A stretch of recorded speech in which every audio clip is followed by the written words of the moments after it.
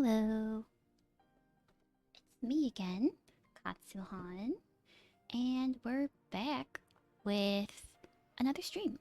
But today we're gonna do some love in deep space. Oh, everything is too high. Second.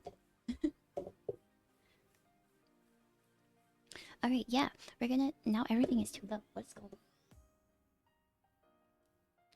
Yeah, so we're just gonna do some love in deep space. Like main story. I posted about it on Twitter just now, but essentially, like, aside from the main of like not the main event, the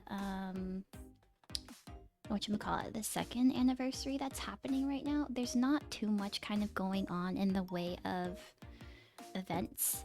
And the second anniversary isn't necessarily like an event, so to speak. It's just she be happening and she's gonna give us rewards and stuff like that. So there isn't really much that we can do there. So even though I said like happy second anniversary, there's, just to be clear, no second anniversary event. It's just like simply celebration of the second anniversary. There is seemingly going to be something in the future. I just don't know what it is.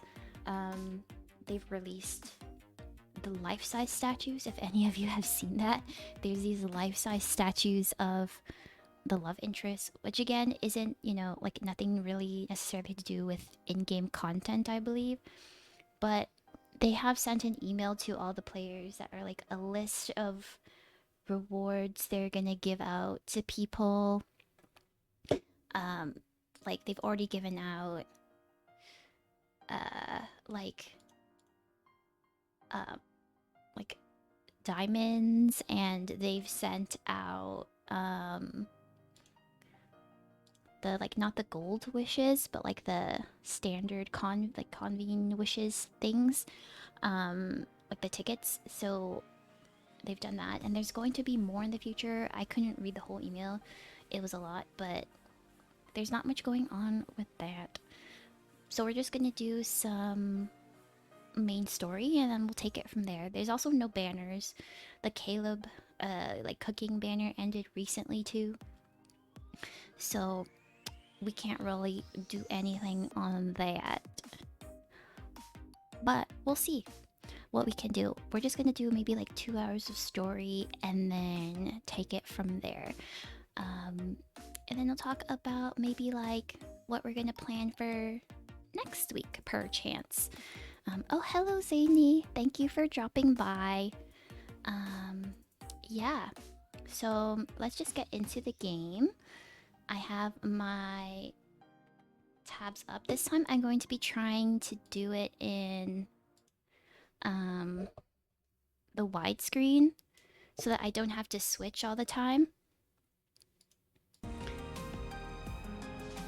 The game might be really loud on your end.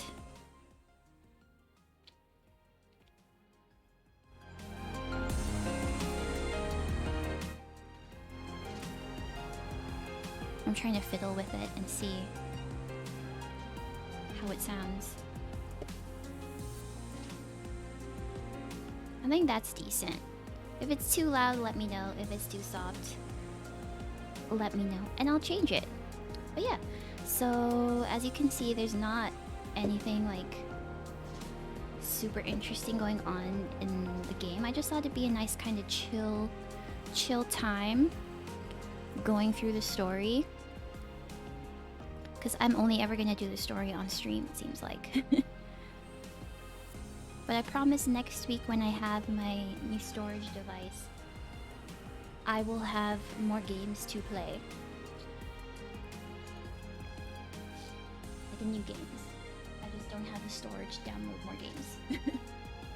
Also, I have a gingerbread cookie that I'm eating right now for the holidays, so I'll be munching on that as well. Anyways, main story.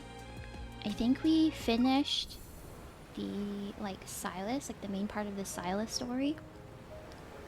So let's continue.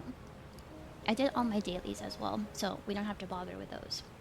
But here we go. So we're on chapter 1 of Eye of the Storm, and we are on story 2 of that chapter. How much story or storage will I have with the new one? So I got like an SSD, so it's about 2 terabytes SSD.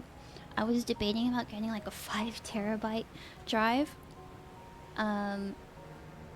but it was like HDD, and I'm a little clumsy, so I'm a little bit worried about me breaking it just from me living life. So I think 2 terabytes would be like good enough for the time being, and then I'll just get like a new one, maybe even an HDD in the future should I need it. But I think 2 terabytes should be okay for most of the games, because I'm just gonna be putting games on it, so that should suffice for the time being. Also, they're really expensive. I didn't realize that they costed around $200 plus Canadian just for 2 terabyte one. Like the HDD is a lot cheaper, but 2 terabytes should be fine. Okay, that's what I thought too. It should be good enough for, again, the time being. But we'll see. Yeah, I'm supposed to get it on Monday, so if I stream like Wednesday and then like next Wednesday and then Sunday, then I should be able to have more games on it, like new games, because I got gifted a couple new games by friends over Christmas and I'd like to try those as well. But okay, let's get into the story. This is called New Discovery.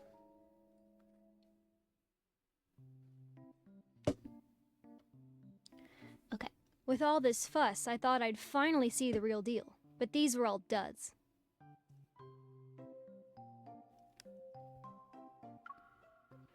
While we didn't... Oh yes, I would summarize what happened before, but I don't remember. I know that we got, like... We got something at an auction. I have terrible memory. We got, like... I don't want to say... Is it the Aether Core? Oh, we didn't get the Aether Core. It says it right there in the text. I just can't read. So we didn't get the Aether Core at Sylus's auction party. Who knows what's happening? Anyway, now we have to come back from the N109 zone to regular life and report to our seniors and whatnot and figure out what to do next, I assume. Alright, while we didn't get an Aether Core, the mission wasn't a waste of time. We have these modified protocores. Oh, okay. So the modified protocores is what we got from the auction, I believe. The protocore smugglers are taken away, and Simone and I return to the Hunters Association. Special authorization confirmed. Good job, everyone. Thank you, Do your Otto. weapons or gear need to be maintained or repaired? Put them on the table.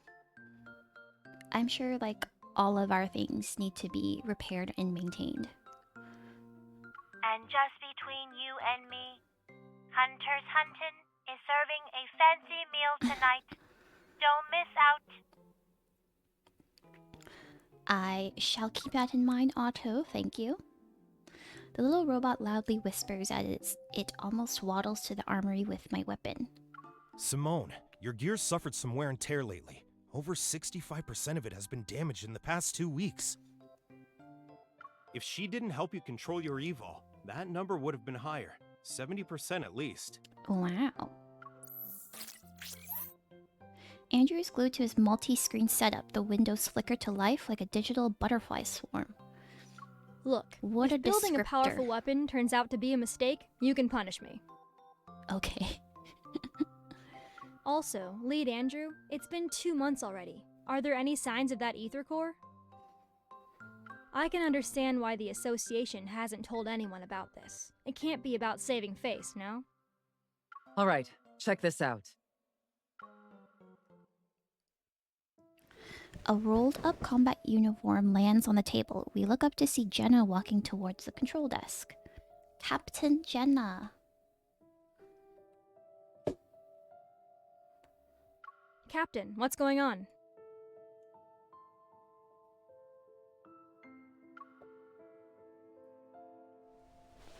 A weird yet familiar feeling pulls at my chest. I unfold the uniform. There lies a flat, round object I recognize. That's one thing. Okay. One thing that I always get kind of like confused with is like, or not really confused with, but whether I should do or not is autoplay or not. Because I want to do autoplay. And then autoplay is too fast for me to read everything, so I'm like going It's a back hurt and knave's forth. head. What's a hurt knave? Simone wrinkles her nose. Oh no. Oh no. It's scrolling. It's scrolling. Okay. Simone wrinkles her nose in disgust. Without missing a beat, she snatches a pen from Andrew's desk and uses it to push the head away. She ignores the look on his face. I don't think you should be using people's pens just like that. How could they just leave a head? Where's the protocore? Jenna finishes drinking her water and tears open a package. She takes out a bread roll. Because there was only the head. Ah, It showed up on Faye Street without anything else. The protocore must still be in its body, but who knows where that is. I see. So, already you can see something's not right here.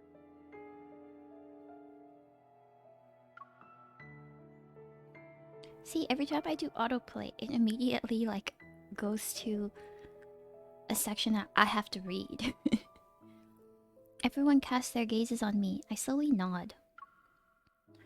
I can sense a proto-curve. It's similar to the one I brought back from No Hunt Zone number 7 2 months ago, but there's more to it. Is it related to the ether core? Yes, we've detected a large beta protocurve on this head.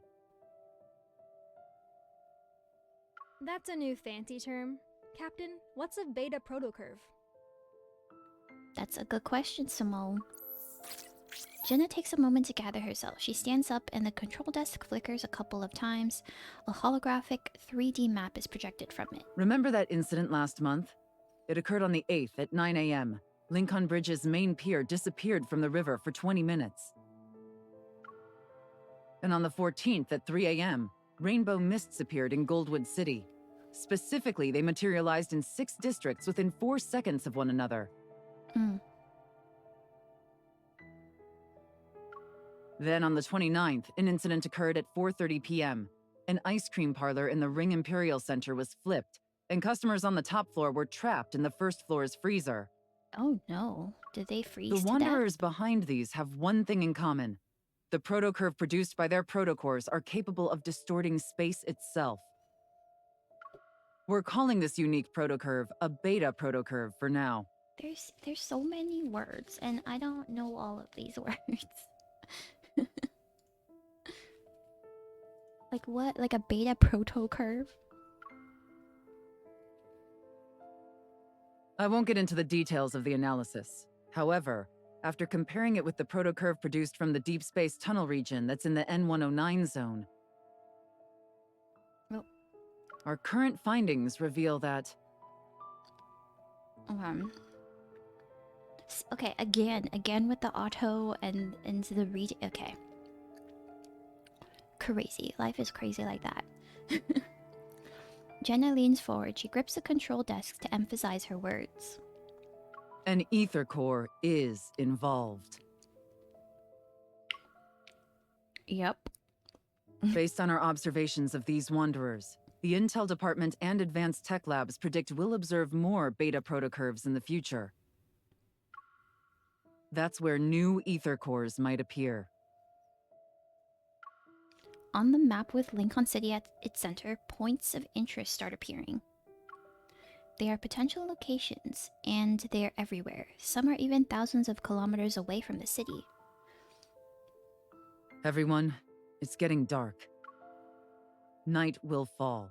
And we all know the big guys lurking in Lincoln's shadows are about to make their move. Oop. The big guys, she said. Where are we now? Daily recipe recommendations, I'm assuming it says. Captain Jenna revealed a lot of info today. There's another ether core aside from the one in my heart and the one in Sylus's eye. But it could be in any of those locations, and this ether core might be incomplete, similar to how the one in my heart was at first. It will take some time to find that ether core. Our mission goes beyond just collecting ether cores. We also need to investigate the shady organizations that covet them for their own goals. They're essentially a ticking time bomb. What shady We'll organizations? split up for now, but try not to alert the enemy. We don't want to make things worse. Surely not Sylus's organization. Hey, I don't know what you went through in the N109 zone, but this operation is a marathon, not a sprint. Don't be a hero every 5 seconds. Patience is key. I had a lovely time in the N109 zone. It was wonderful.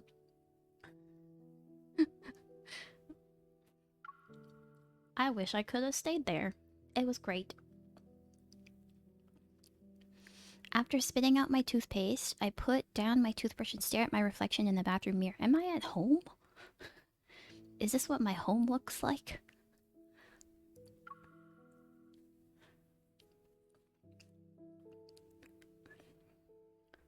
Okay.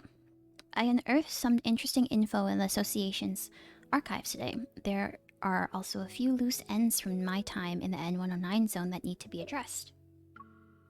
I should first deal with what I can handle right now, so...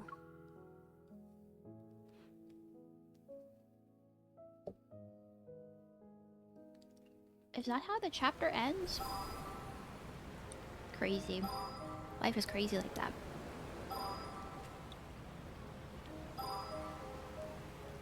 What are all these alerts? Okay. Special operations.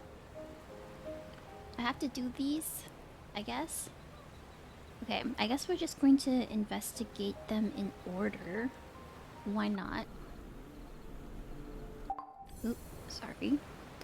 Okay, so the first one is Thorns Under the Moon. Lovely. The sound... Oop. This hospital is very dark. I don't... Usually they're not supposed to be like that, right? The sound of footsteps reverberates, a hollow echo upon the marble floor. Looking up, Zayne once again sees that familiar silhouette of the girl. In the quiet hospital corridor, its walls grayish blue and dimly lit by incandescent lights, only the girl stands bright and resolute.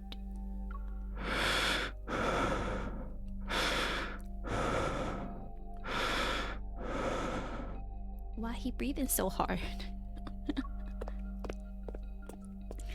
Yearning to call out to her, yet incapable of making a sound, he has no choice but to quicken his pace. He runs after her. Yet, at that moment, terrifying black crystals erupt from the surrounding walls. No. Stop. Cease, he said. Without warning, the entire space distorts. Those sharp spikes hurtle toward the girl's throat. What is going on? Panicking, she turns to face him as their eyes meet. Her lips quiver in despair, softly whispering broken, desperate sounds. Zayne, I wish I had like an echo thing like set up, because that would be great for this. Zayne. Zayne. What's going on? I have questions. Zayne. Zayne? Inside Axel's rehabilitation center, Zayne suddenly opens his eyes. He's in a sleeping pod and his unfocused gaze slowly adjusts. Did you have another nightmare? Yes. Ah. That's no good. Rubbing his temples, he sits up. In his eyes is a reflection of my concerned expression. Don't worry. Lying down in a large box with eyes staring at me. Lying down in a large If I could sleep box. well with that happening, then you'd actually have something to worry about. Lying down in a large box with eyes staring at me? What? When did that happen to him?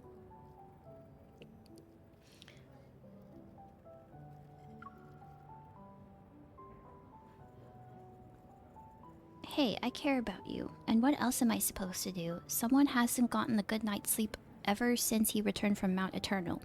He also keeps using nightmares as an excuse. After returning from Mount Eternal 2 months ago, Zayne's health hasn't been good. It's gotten to the point where he can't sleep at all. However, he doesn't talk about what happened in the Arctic. This recurring nightmare is the only thing he willingly shared with me. You still have a business trip next week. At this rate, the doctor might end up collapsing before his patients. That would be not good. Even if I collapse, Not very there will good. always be another doctor to take over. No matter what. Poke. I pressed my finger against his lips as a warning. Oh. Oh, this is cozy. We are in his space. No matter how many doctors there are, they're for other people. My doctor is right here in front of me. I know we're like childhood friends and all of that, and like he's a love interest, but like I don't think you're supposed to like be personal with the doctor like that in public. All right. At least that's what we were I'll taught be careful in school. and stay alive.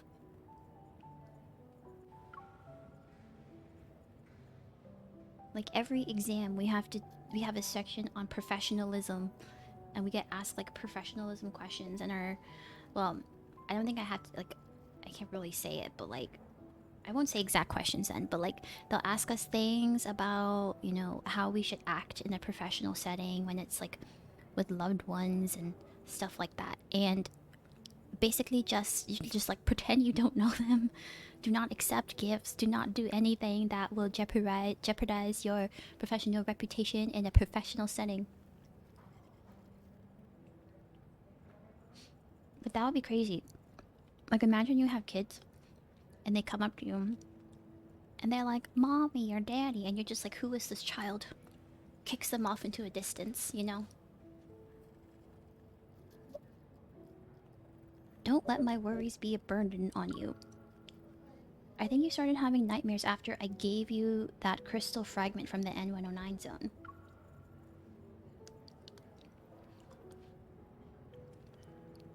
Sorry, I'm like swallowing my gingerbread cookie. Zayne takes his coat from the coat rack beside the wall. Together we enter the corridor. They aren't connected, so don't overthink it. It's just a coincidence.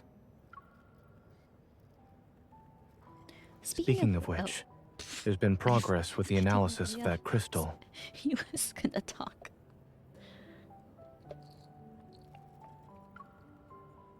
Is it related to protocore syndrome? At the moment, I've developed a hypothesis based on the data.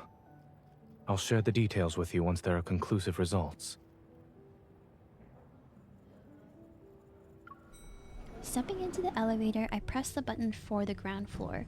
Zayne's reflection appeared on the closed doors, the dark circles under his eyes underlining a deeper wariness. Take your time. You should deal with your insomnia first. Since I can't sleep, I might as well be productive with my time. I think that if you're like a medical student like me or a doctor, insomnia just comes with it. Like, even it's the schools and like hospitals and everything, they're always like, take care of your wellness, and then they're like, but you get 2 hours of sleep, and then you're just like, what do you mean? There's something wrong with these statements. They don't go along very well together.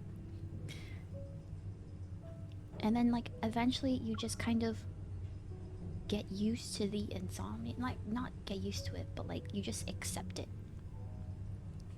So it's not that doctors can't treat themselves. They don't actually want to be treated. That is so true. That's actually That is so real. Doctors make the worst patients. I ordered some milk for you. It'll be delivered to your place and should help you sleep. Also, the hypnotic music. Are you referring to the lullaby playlist? I Did you made forget how him old I am? a lullaby playlist. Just play some head spa ASMR in the back and he'll be fine. I'm just trying to help as a normal hunter. You don't have to listen to me, Dr. Zayne.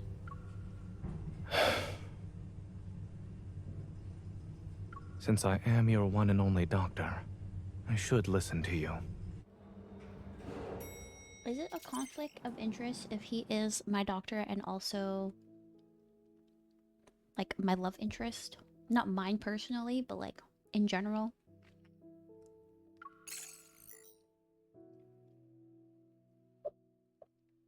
I feel like it is. Captain Jenna. Hey, are you available right now? We've detected beta protocurve activity in a certain location.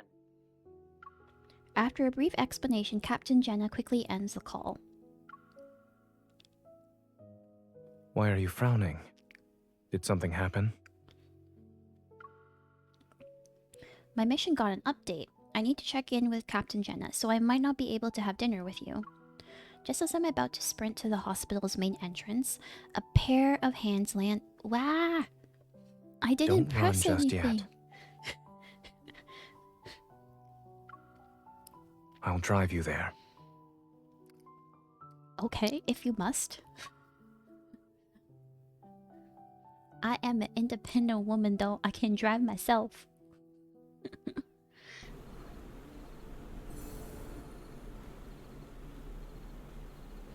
Okay, oh, there's more. So, like, they said these are, like, clues. So, are we supposed to... These are happening in real life, and I'm talking to all of the love interests to get clues on what's happening with these, like, beta proto-curve things? Because of, like, all the incidents I've had with them, I'm assuming?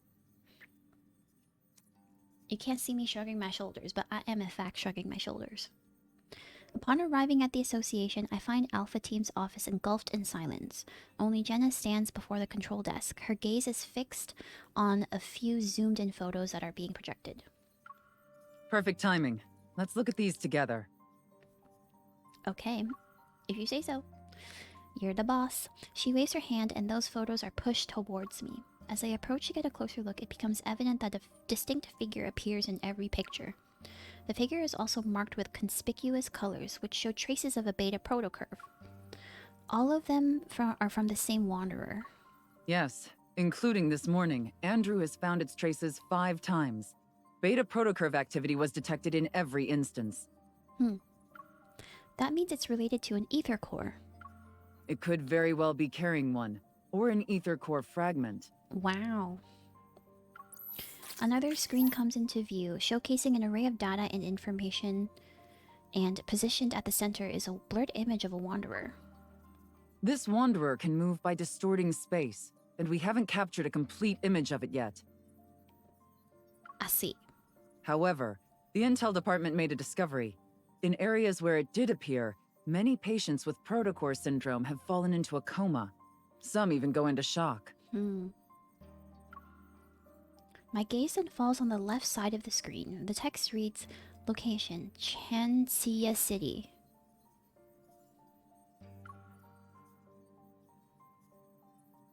I'll be heading to Chansha City next week. Chansha. There are a few patients Chansha with a City. severe case of protocore syndrome, so they require Oxo Hospital's So when assistance like for the their beta treatment. protocurves are near like the area of people with protocore syndrome, then their symptoms get worse, is what I'm hearing.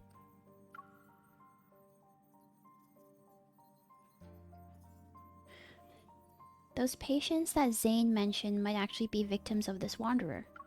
Right now, we suspect there's a connection between these 2 incidents. We could start looking into those patients. And it just so happens that Oxo Hospital will send a medical team to Chansha City next week. Captain, I would like to make a request. Let me join the medical team as a hunter escort to investigate the wanderer. Your request has been approved. Our Chansha branch has also started its own operation. Your mission is to confirm whether or not there are signs of an ether core. Okay. I can do that. You can contact us anytime if you need help. We'll be there to offer whatever assistance we can. Understood. I'll be careful. So, I guess in essence, we're going to be also looking for beta protocurve activity. As I leave the association, Zayne's figure appears in the distance. He's been patiently waiting by the road. Just as I'm about to walk over, a massive bouquet of white roses suddenly appears and engulfs my vision. Miss, I've heard so much about you. It's an honor Who to is finally this? meet you in person. He acting kinda creepy. And you are? Exactly. I'm and sorry. You are? I almost forgot that this is our first meeting. But you should have already received my business card a few days ago, along with the flowers. What? The man has a gentle gaze, as if to be friendly. He extends his other hand toward me. I'm Carter, from Xander Sciences. Hello, Carter. I recall seeing a business card that had mysteriously appeared on my desk not too long ago. It was accompanied by attention-grabbing deliveries as well. Oh, those were from you.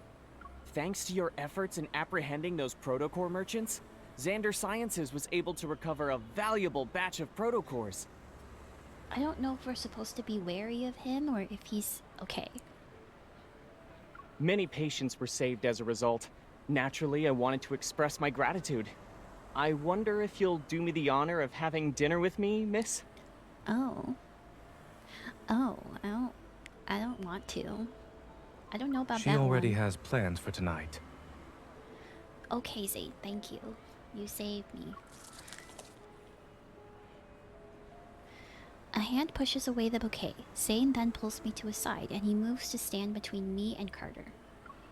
Upon seeing Zayne's face, Carter's expression noticeably darkens. What a coincidence, Zayne. I guess he doesn't like Zayne? Or they don't like each other? It's been such a long time since we last saw each other. Why don't the three of us have dinner together? My treat. Wow, he really wants to have dinner.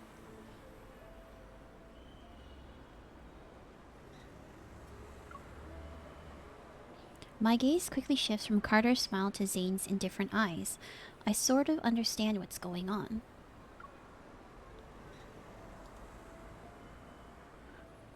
I'm sorry, Mr. Carter. The association strictly prohibits hunters from accepting dinner invitations for work purposes. Is that true? Let's go. Just as I'm about to turn around, the bouquet blocks my path again. Miss, I understand there are rules about not having dinner, but the flowers didn't do anything wrong, right? Before I have the opportunity to decline, Zayne quickly takes the roses. He glances at them, and with a blank expression, he gives the roses back to Carter. They're much appreciated. Unfortunately, there's I do no kind room of for feel them in bad. my I know, car. like, the roses probably have, like, I don't know, like a camera or something in them, but I do kind of feel bad. Miss Hunter? With Zayne holding my arm, I leave. Carter persistently follows us. Actually, I'm here to give you a reminder. The outside world isn't as safe as Lincoln. Be careful when you're traveling. Duly noted. I was in the N109 zone with my husband, Sylus. And I survived. Do not fear.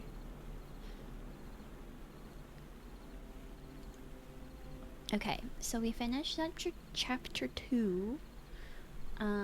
We can get in on chapter... Well, like, it's not really a chapter. It's like a story within the story. So, like, 3.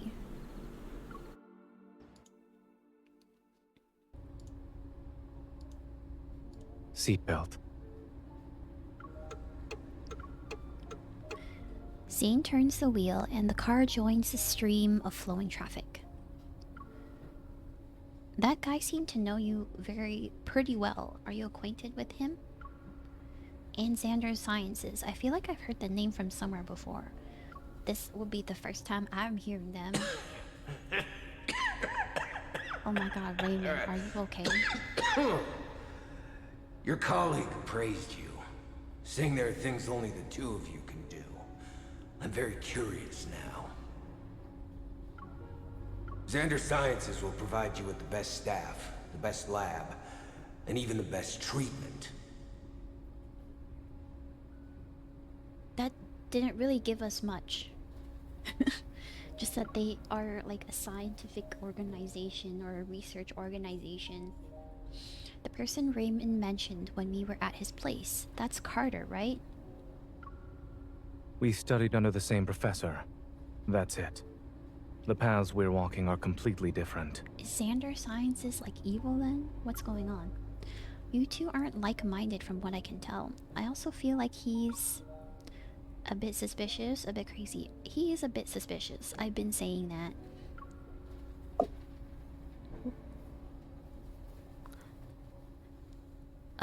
A little suspicious. It was obvious he didn't show up just to invite me to dinner, and I can see you're very cautious around him. Is there bad blood between you two? You can tell me about it. It's not interesting.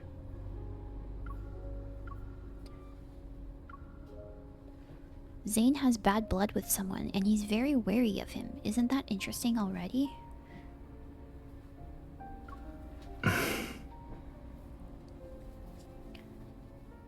I mean... The fact that he gave you roses is more than enough to put me on high alert. Oh, he a bit jelly. But when he told you to be careful while traveling, I doubt that was a simple, friendly reminder.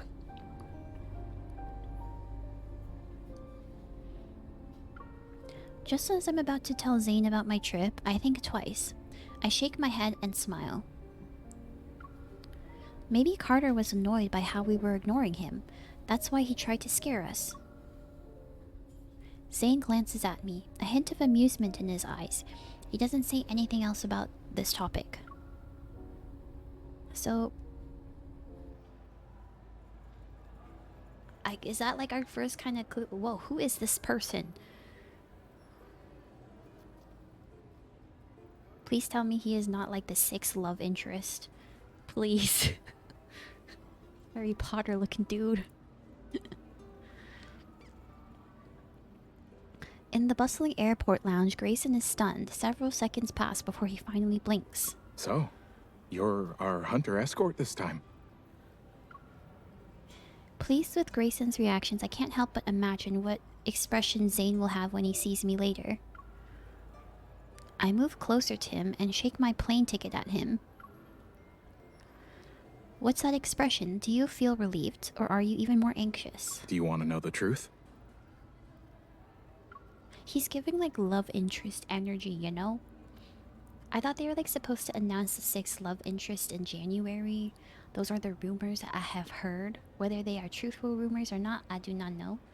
But these are things that I have heard through the grapevine of Love and Deepspace fans. While Grayson's tone sounds lighthearted, a subtle tinge of concern appears on his expression. They say the hospitals are doing an academic exchange.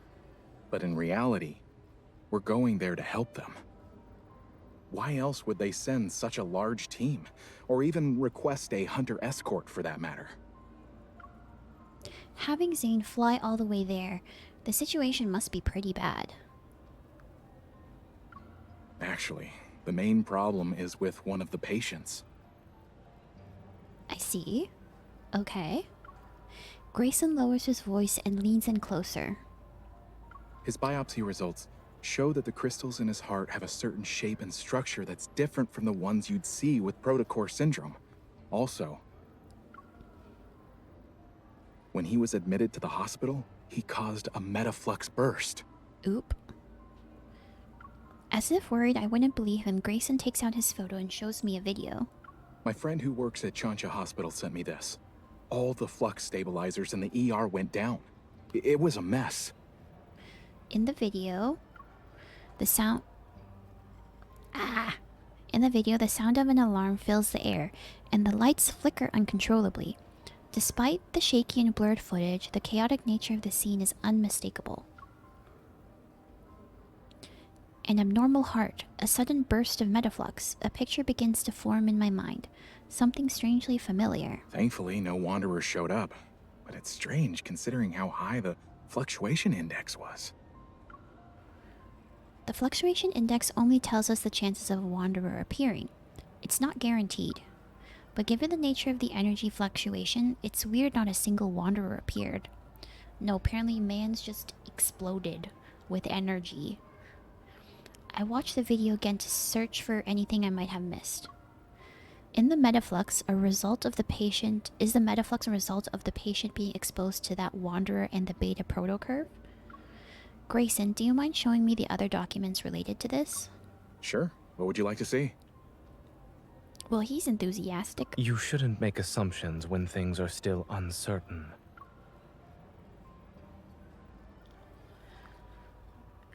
Oop. As Grayson and I lean in, a hand suddenly appears between us. Grayson is slightly nudged to the side. He's such a jealous Dr. person. Zayne. It's so funny. In one smooth motion, the hand takes the phone, turns off the screen, and then places it back in Grayson's hands. Chansha Hospital was built a long time ago. It's not uncommon for their flux stabilizers to experience malfunctions. As for the patient's biopsy results, they need to be further analyzed along with other reports.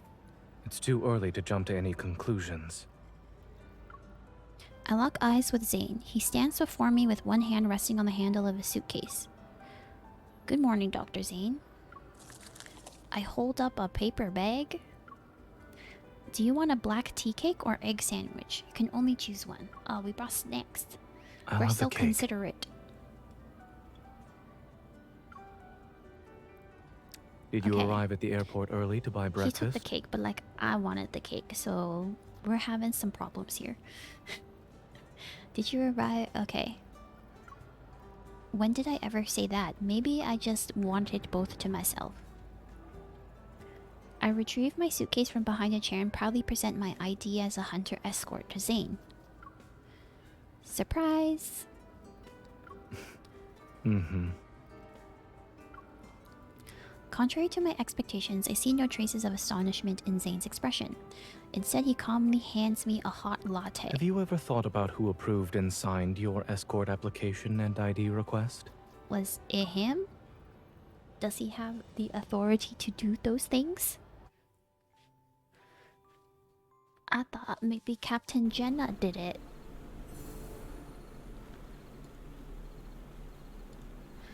Okay, chapter 4. No wonder, like, the whole, like, chapter, volume, whatever you want to call it, was short. There was only, like, 4 that I saw. Like, 4 main chapters in this section. Because we have to do all these little clue things. The flight takes several hours. Eventually, the plane lands at Chansha Airport. Boarding the shuttle sent by Chansha Hospital, the medical team immediately heads to their destination. The chief of surgery, his hair already starting to gray, exchanges pleasantries with Zayne before quickly delving into a discussion about the patient. They're on ECMO. After the open heart surgery, adhesions began to develop. I think we just call it ECMO. Like, that's a real thing. Like a real life thing. I'm pretty sure we just call it ECMO. And this morning, we saw the crystals spreading. They're very close to the lungs now. Well, that's no good. He needs his lungs to breathe. Then we'll have to perform surgery as soon as No. possible. Doctor thinks.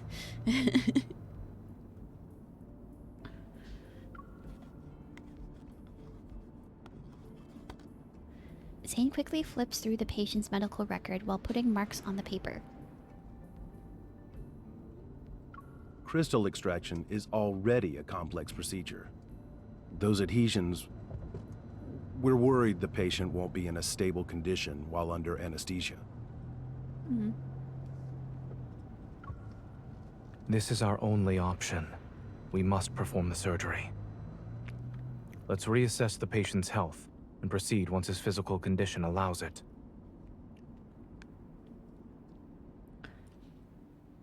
A few hours later, the surgical lights are turned on in the operating. Are we allowed to be back there?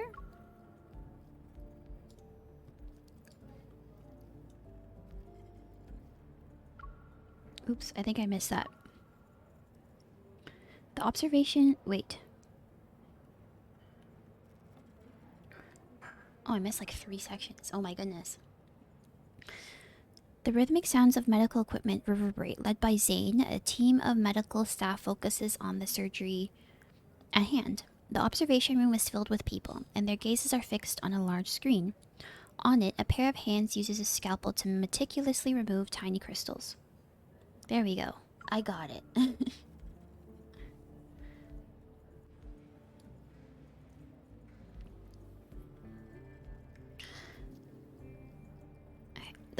Yes, we got that Clear part. the view.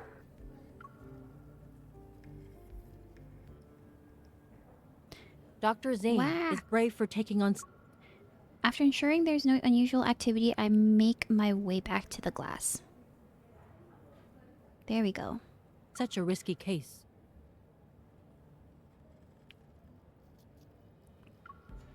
Captain Willow. We meet again. What? During my previous visit to Shansha City, we worked together. After exchanging formalities, she shows me the updated data. In a matter of seconds, the record of a wanderer's recent activities appears on my watch's built-in 3D map. It managed to traverse the entire city in 5 minutes. I've never seen a wanderer move that fast before. Captain Jenna said there's no clear image of the wanderer yet. Do you have any new leads? We did some comparisons. Aside from the protocurves not aligning, the Wanderer closely resembles Mist. I know Captain Jenna explained what Mist was earlier, but I am unsure what it is still.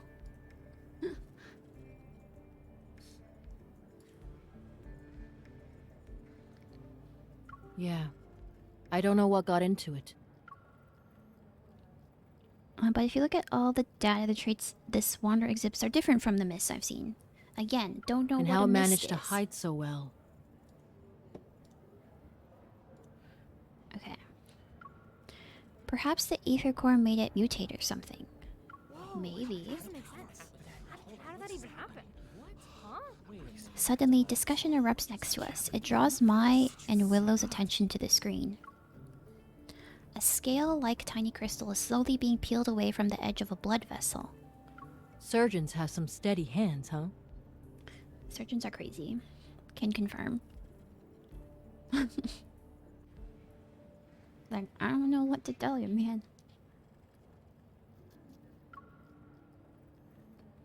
That crystal. Exactly like the ones on the monsters in the N109 zone. Zayne must have noticed it too. Regaining my composure, I immediately look at him. Under the surgical cap, his eyes remain calm and focused. He continues with the procedure until the crystal is placed onto the surgical tray. Does it look alright on the ultrasound? Is that him in like in the scrubs and like the PPE and everything? Yes, it came off. Any bleeding? No. Let's wrap it up. Shouldn't he be able to see if there was bleeding? No?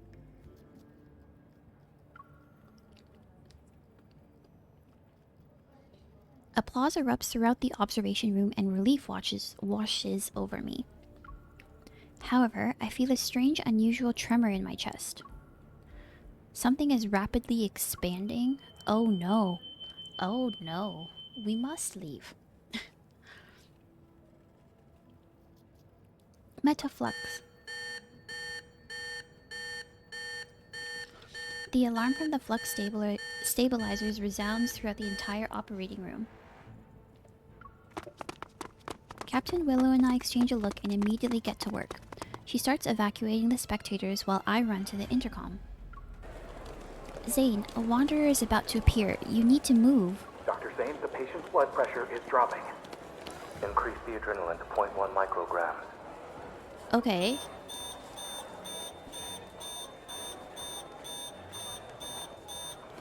I'm trying to remember, like, we just had our cardiology module, like our section just now, and I'm trying to like recall in my mind, like, yeah, like adrenaline. Is it the appropriate response here? But then I'm like, I don't think Metaflux and Protocores exist in real life, so I cannot confirm. The alarm becomes louder. I immediately pull out my gun and aim at the area where the energy fluctuation has peaked.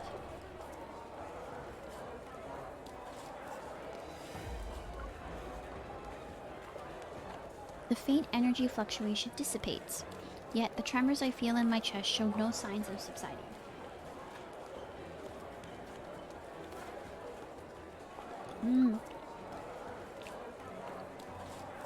Zayne, you need to leave or else it'll be too late. The patient's vitals are unstable. Moving them isn't feasible right now.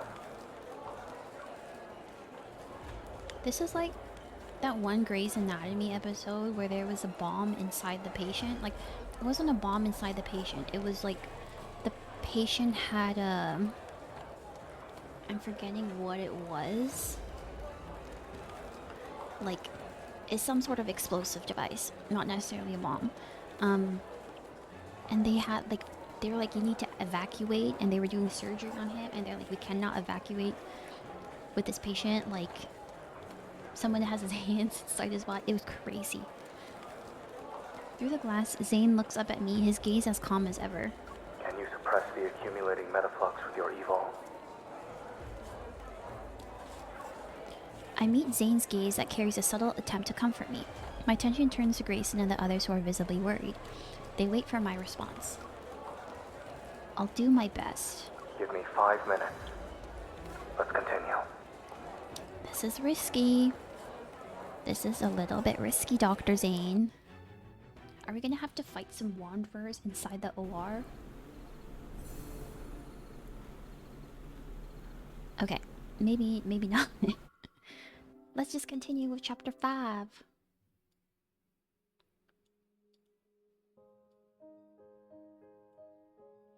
Using my evil and the flux stabilizers, I successfully buy the necessary time for Zayne to finish suturing. When the surgery ends, the metaflux suddenly dissipates, as if what happened earlier was an illusion. Other medical staff will handle the follow-up procedures. I change out of my sterile unit. Just as I'm catching my breath, Zayne pulls me into the lounge where no one's around. What's he doing? Give me your left hand. I'll do a quick evil examination. Pew. Zayne sets down a metal tray, picks up a cotton ball soaked in medicine, and begins to disinfect my hand. I'm pretty sure he just put alcohol onto the cotton ball. Not necessarily medication, but I will forgive. I'm fine. I might have overdone it, but my use of evil is better than before. While that is how you feel, I suggest waiting for the results and listening to what your primary care physician has to say.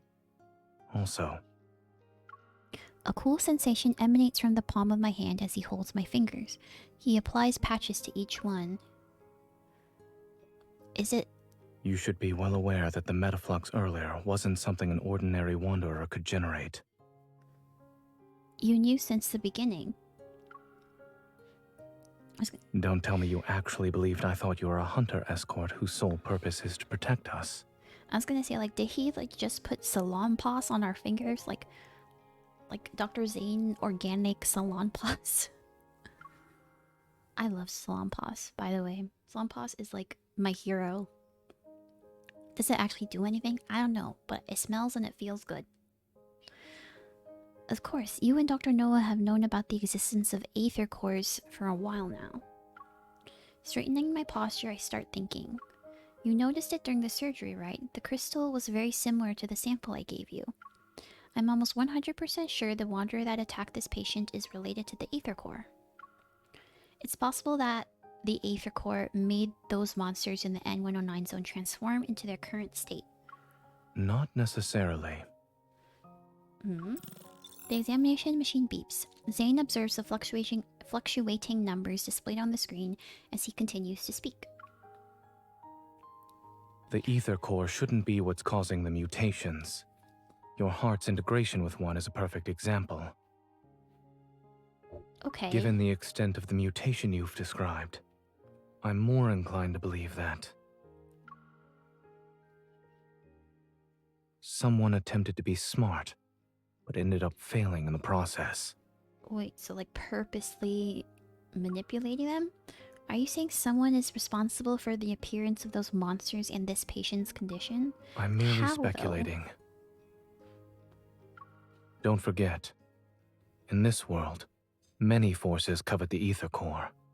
You haven't met all of them yet. You're right. All is well. Did the patient survive? The machine beeps, which indicates the end of the examination. Zayne carefully removes the patches from my hand and puts them away. In the quiet room, the second hand of the wall clock moves quietly, plucking the faint light enveloping us. I can't help but yawn. I told you I was fine. If I have to say there's a problem, then I'm feeling a little tired now. Watching a surgery must have been boring. That I disagree with, but not at all. It's actually my first time seeing you perform surgery. You looked cool. Surgery is pretty cool to look at. Taking a paper bag from the table, he settles on one side of the couch. He grabs a sandwich and pulls it apart with his clean hands. The hospital cafeteria is closed. We'll have to make do with what's available to us. While the chaos has subsided, the persistent scent of disinfectant lingers in my nostrils. While my body is tired, my mind is still excited. I decided to direct my excess energy to the surgeon himself. Weren't you listening to me before? Someone said he'll learn to accept compliments from others.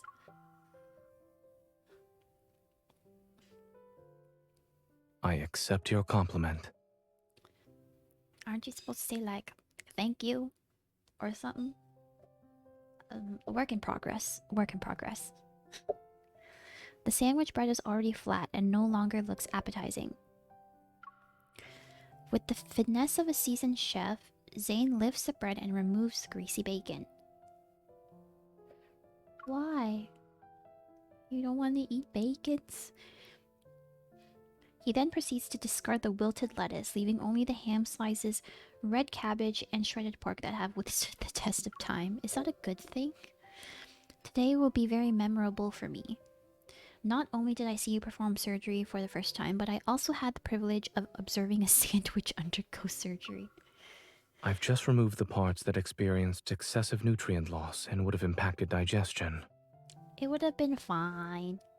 Is nutrition one of the things you research? Is there anything Dr. Zayne can't master?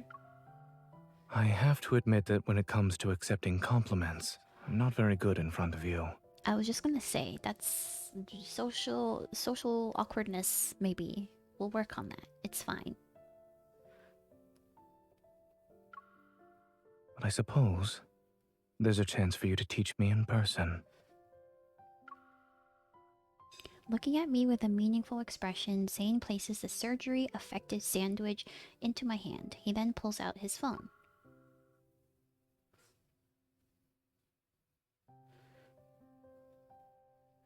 Baffled, I lean in and watch as Zayne taps on a message notification. He opens up a new medical team group chat which was created earlier today. Grayson has shared a group photo there, where the medical staff, their smiles tinged with wariness, hold glass vessels that are visibly cracked. Were these cracked by the energy I couldn't contain when I lost my target? Like just now? You overdid it, yes. But the medical staff said you're the most surprising hunter they've ever seen. Why aren't they surprised? Embarrassed, I sheepishly laugh. I quickly shift my attention to eliminating the sandwich. Before Zayne can speak, his phone abruptly starts ringing. Hello? Upon hearing the voice on the other end, Zayne freezes. Surprise appears on his face. The patient woke up? He's alive. He's alive. How about that?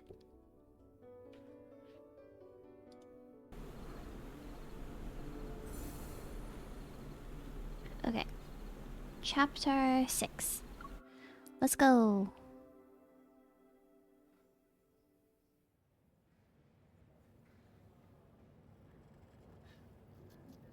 When Zayne, Grace, and I arrive at the entrance to the ICU, a nurse approaches us. Do you know why he regained consciousness so quickly? We're not sure. He shouldn't have woken up already. Look at this, Dr. Zayne. All his vital signs are improving. No. I tried to unauto play it. Oh my gosh. Okay. Zayne and Grayson change into sterile suits and enter the ward. I wait outside.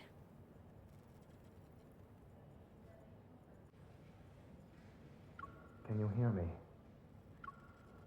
Barely, but yes. Look at my finger. I really wasn't expecting him to save the patient when they were at death's door. Mr. Hello. Carter. We meet again, miss. Ugh. Okay, removing the auto button.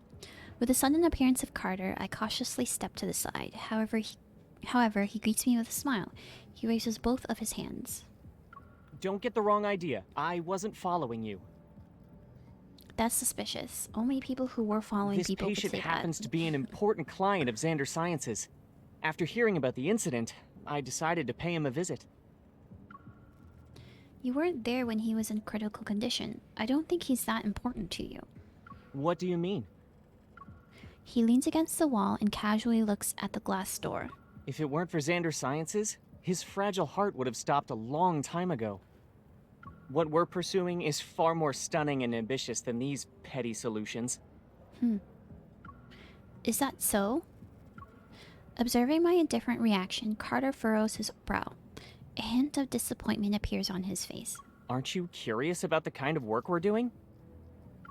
I'm not. He shakes his head and his usual pretentious smile graces his face again. It's okay. You'll be interested someday. That sounds so weird.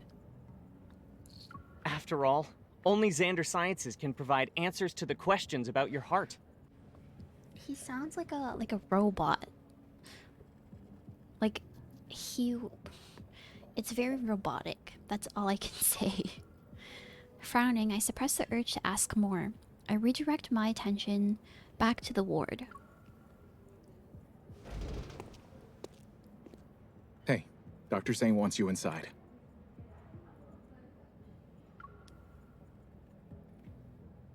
Grayson hurriedly walks out and hands me a sterile suit. Excuse me, this is the ICU. For the patient's sake, we kindly request that unrelated individuals leave. Thank you, Grayson. Having no intention of paying any more attention to Carter, I change into the sterile suit and enter the room.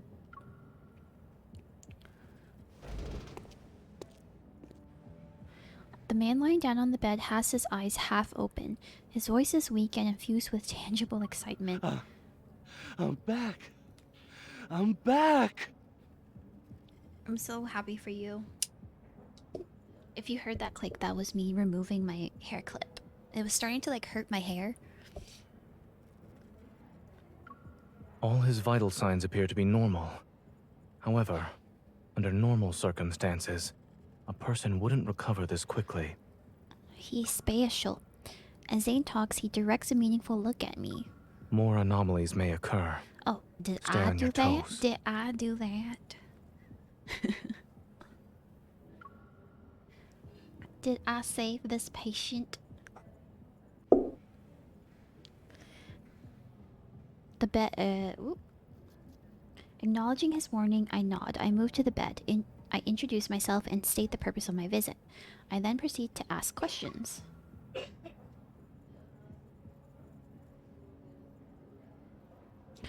Oh, Davis, you said you're back. Where were you? It trapped me. I couldn't get out.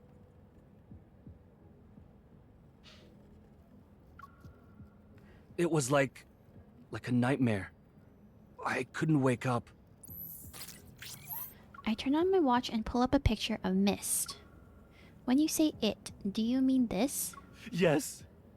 It was that thing. It was inside of me. But it wasn't.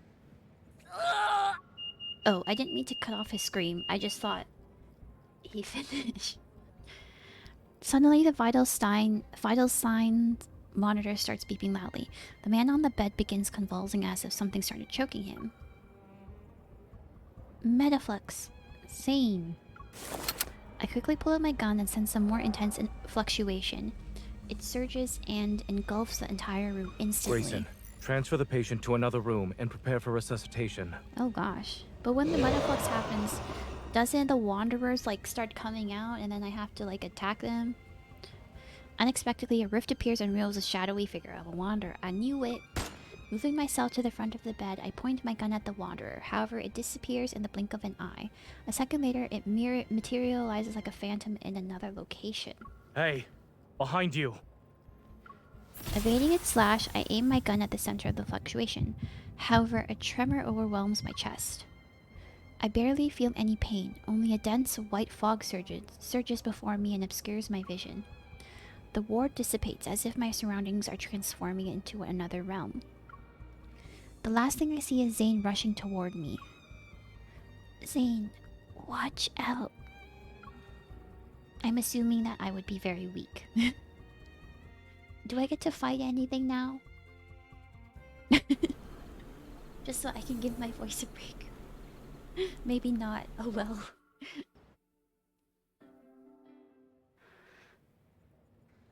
It feels as though my body is plummeted into a thick fog. The sensation of weightlessness threatens to push my heartbeat out of my chest. Amidst the chaos, I muster all my strength to find something, anything to hold on to. And after what feels like forever, my feet touch solid ground. My surroundings become clear. Bathed in dim, feeble light, a long corridor appears before me. Its end remains hidden in the mist. Am I at a hospital? No.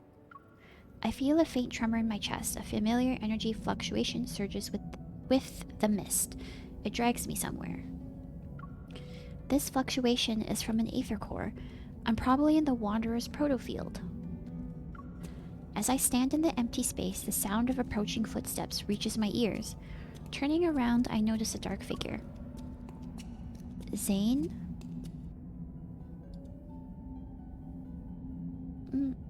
Go.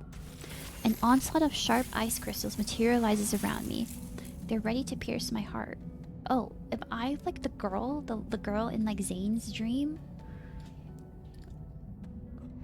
Is that what's going on right now? The ground beneath me disappears and I find myself falling into a sense of weightlessness again. As I float in this void, blurred lights and sounds rush past me like an avalanche.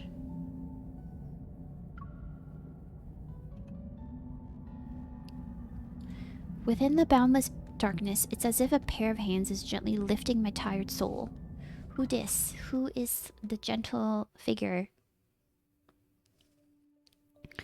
I struggle to open my eyes. After feeling my steady heartbeat for several seconds, I sit up on the bed. You're awake. That I am, good sir. That I am. By the floor to ceiling window stands a figure wearing black clothing.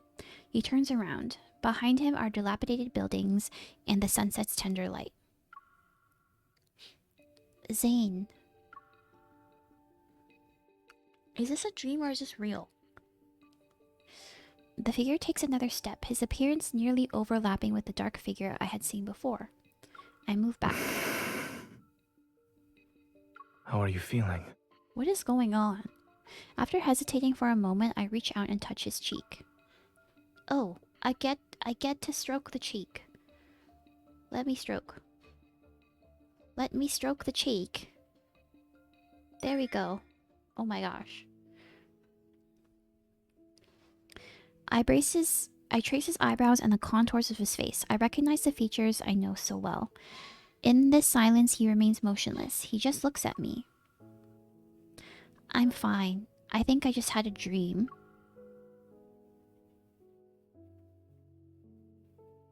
Perhaps it's the influence of the protofield that caused me to have those strange illusions. Shaking my head to clear my thoughts, I shift my focus to the room. The cracked grayish-white walls enclose a space where a sofa, holographic screen, refrigerator, and various functional home appliances exist in close proximity. It looks like the home of someone who struggles with living a normal life. Do you remember what happened in the ward? I passed out. There was a metaflux and I passed out. The wanderer that suddenly appeared, the tremor in my heart, and Zayne running toward me. Memories gradually find their way back to my mind. Are we still in the wanderer's proto-field? Doesn't look like it. Oh, we are. Okay. Following Zayne's gaze, I get up from the bed and join him in looking out the window. As the final remnants of twilight vanish, the city stands before us under a light blue sky. Its desolation is evident. This place is a rusted skeleton of its former self.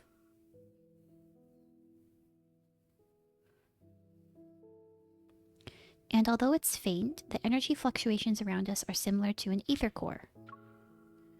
This Wanderer's protocore must possess an ether core's energy. But in my dream, it's as if the chill from those ice crystals still lingers in the air. I grip my arms more tightly.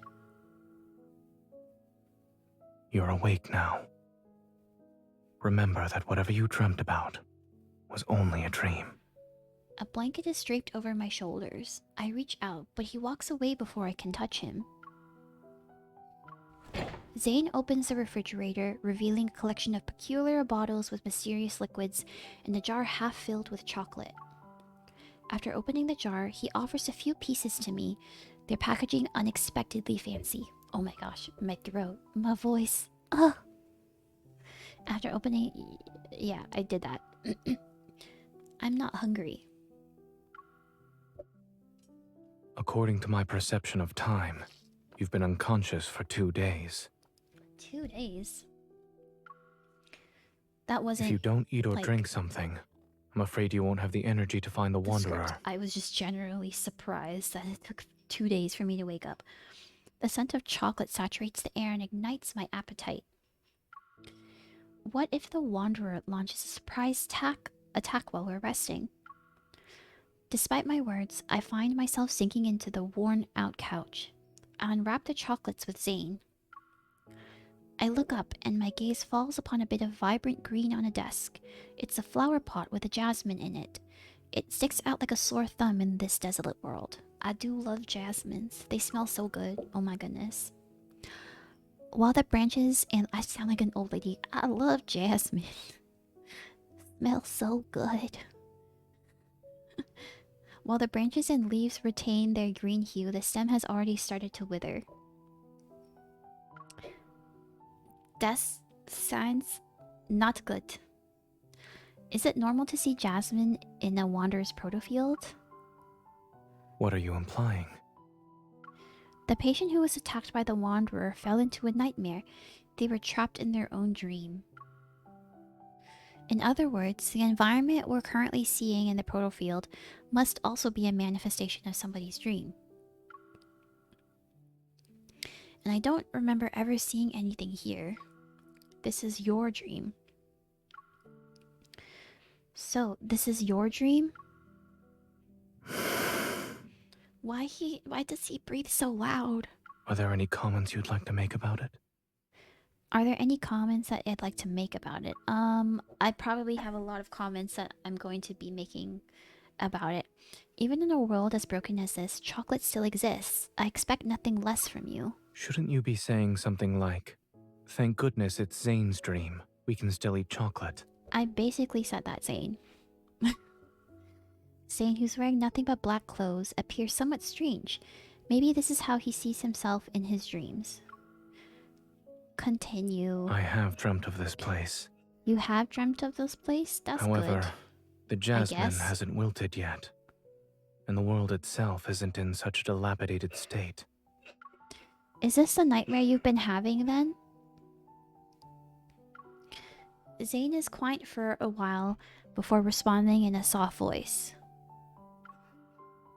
Yes. Don't be scared. Dreams are the opposite of reality. I offer the unwrapped chocolate to his lips. Try it? Who knows? Maybe the chocolate in your nightmares doesn't even taste like chocolate. He lowers his head and eats the chocolate. This It's is a carrot long time flavored. that we're talking about carrot flavored chocolate. Ew. Liar. You better be lying, because carrot flavored chocolate should not exist. Unless it's made for like rabbits or pandas. He looks out the window again where the silhouette of a bird flies across the darkening sky. Since dreams are the opposite of reality, perhaps I'm not a doctor in this one. Then what are you?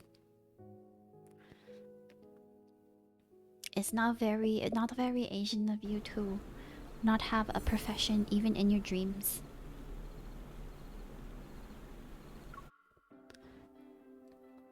Going straight into 8. Everything is a hazy blur in dreams, yet in Zayne's dream, the flowers, trees, streets, and shops appear with remarkable clarity. I can't help but wonder how long this dream has haunted him, incessantly replaying itself to the point where every detail is fleshed out. While it resembles my dreamscape, I can tell it's a proto-field. Over there. He guides me to the entrance of a narrow alley. The road ahead is covered in thick fog. It's as if we reach the edge of the dream again.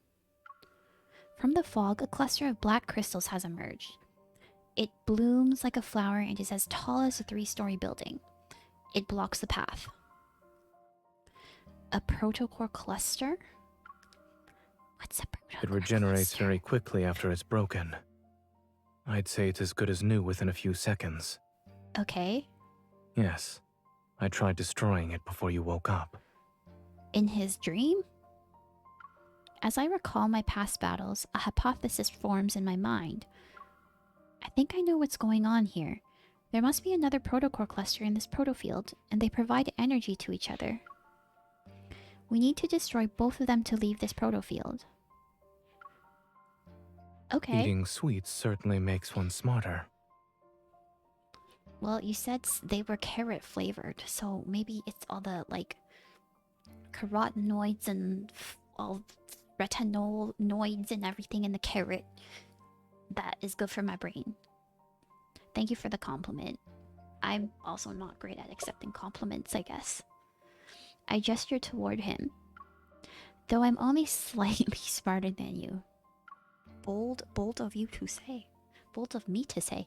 Chuckling, Zayne pulls down my hand. Since this is your dream, do you think you know where the other protocore cluster is? When you're in a proto-field, using evol in a scientific matter is more effective than dreaming. The protofield is practically drenched in erratic energy fluctuations. Yet, amidst the entanglement of protocurves, I detect one that stands out. I open my eyes and point in a direction. From what I've sensed, the second protocore cluster should be on the other side of the protofield. Similar energy fluctuations appear from another direction. I look at Zayne. Which one would you like to pick?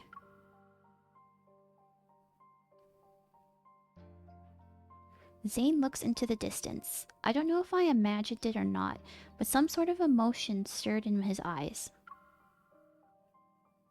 The one that's farthest away. Okay. The far end of the city is cloaked in black mist, resembling the gaping maw of a beast hidden in the shadows. Nope, I want that one. I understand this is your dream, so you know where the dangers are, but are you going to face them alone again? This is my dream. I can get to my destination faster than you. All I know is that this is a really long dream. But your dream isn't exactly being nice to you right now. Maybe the more you try to use it, the more it'll use you instead. Let me go instead. I can fight. You. Don't push yourself when you're in trouble. I got your back. That's a tip from your hunter escort. Smiling, I take a step and pat his back. Without waiting for Zayne to respond, I wave and start walking. Don't push yourself. That's a tip from your primary care physician. You can't tell me what to do, sir. Behind me, I hear a soft sigh following... Oh, I can't read. My goodness. Behind me, I hear a soft sigh followed by Zayne's words that are tinged with worry. I'll be fine. Don't worry about it. Turning around, I catch a glimpse of him standing in the shadows. He's far away now, so I can't clearly see his expression. I press my lips into a thin line and nod. Regardless of whether it's him or me, we know we'll always support each other. As the girl walks away, her figure disappearing from the fork in the road, Zayne turns his gaze towards the alley's depths. Within the thick fog, a broken streetlight flickers intermittently.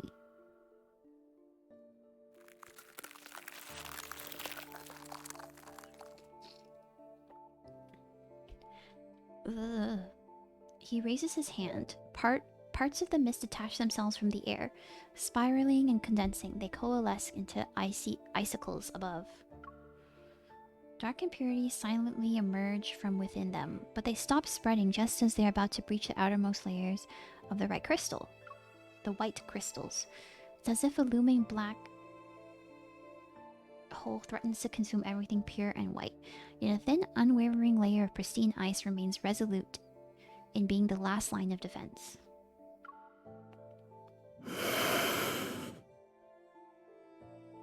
He breathes super loud. Shadows stretch, and in the boundless fog ahead, the protocol cluster awaits his arrival.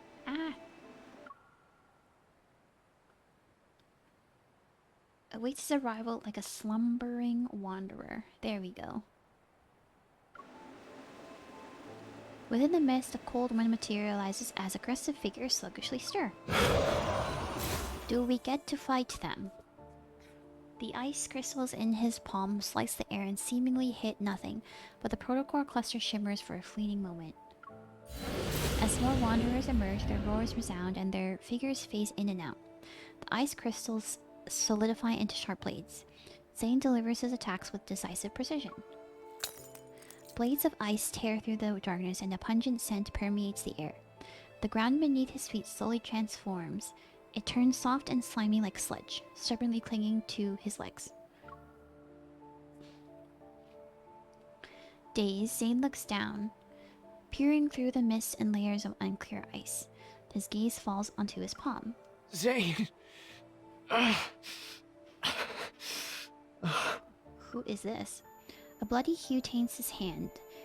An eerie shadow is cast over his senses. He's momentarily transported back to that bone-chilling nightmare. Zayne is shocked. He looks up and knows who's standing before him. The tension is palpable, gripping him.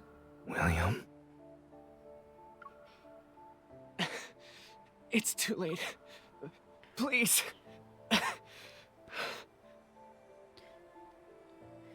In the howling icy... Scroll up. In the howling icy wind, Zayne hears his heavy breaths. Once again, he's returned to the endless snow-covered expanse of Mount Eternal. Bloody tears stream down from William's empty eye sockets. Then, an array of faces emerges from the cluster's projection. Aren't you going to celebrate my birthday with me? Why did you kill me? What? What is going on?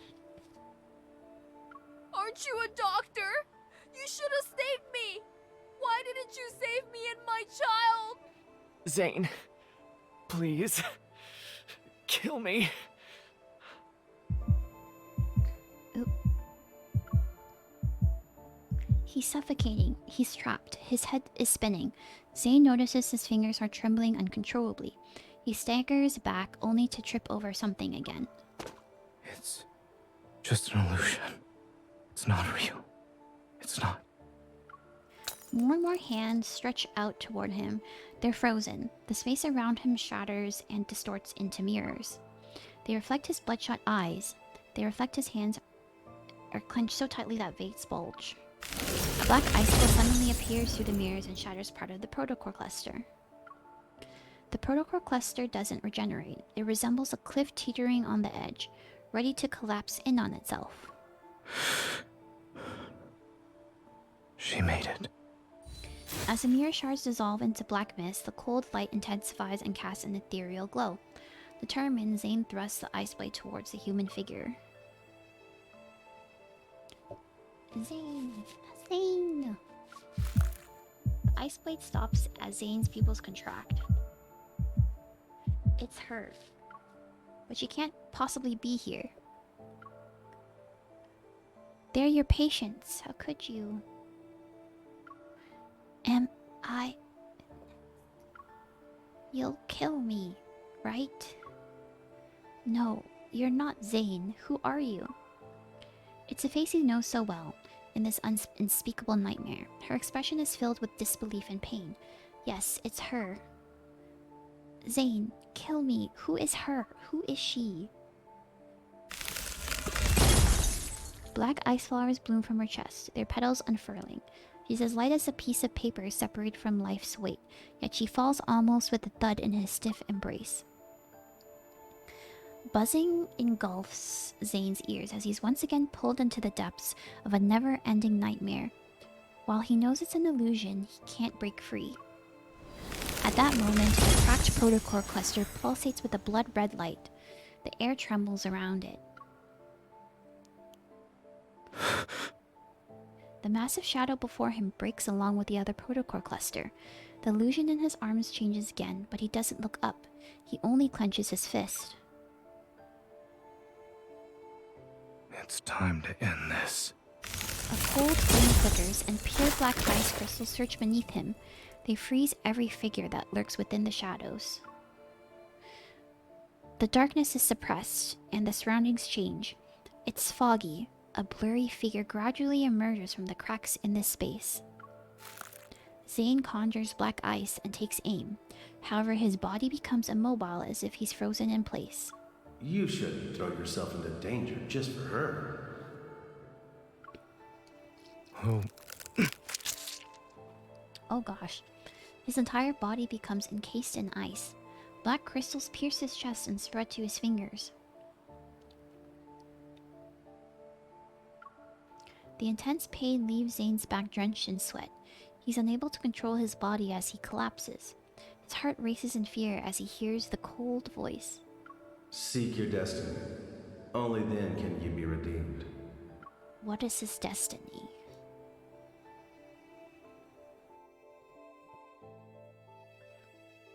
This is a very long dream sequence. I wasn't expecting it to be this long.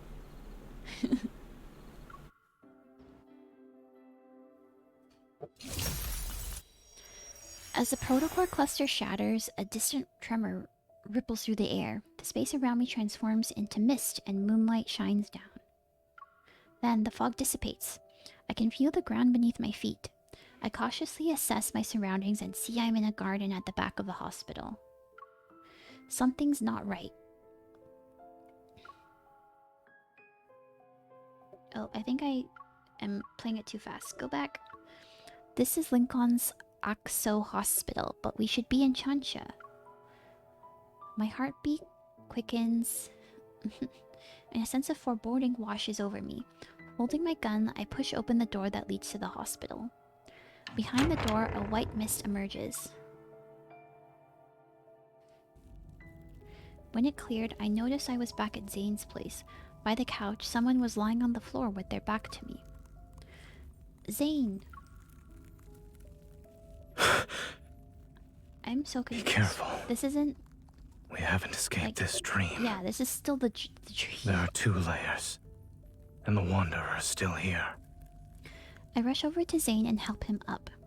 He weakly presses his hand against his left shoulder. His expression alone shows how much he's in pain. The ice. Zayne clenches his left hand and moves away from my hand. The ice. It's dangerous. Don't touch...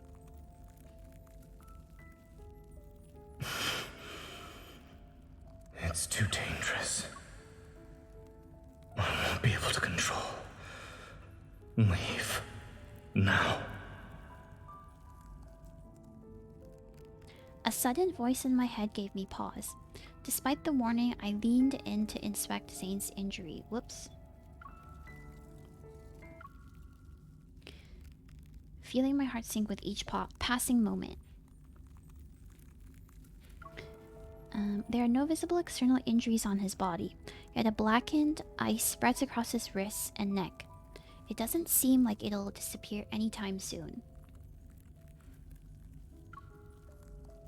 I don't think you're just losing control of your evil. Let me see if I can help.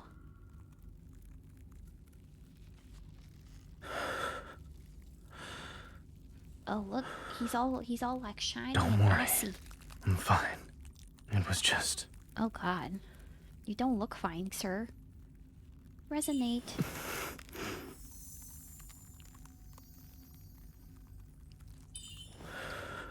It starts to melt since... Whoop. Don't waste your time on me. We can still go after... Focus on taking care of yourself first. Push him down. Whoa. Whoa. Push him down? Now you listen to me. It doesn't matter if it's related to health or combat. More? Okay. There's no use resisting. If I were you, I'd just listen and follow along.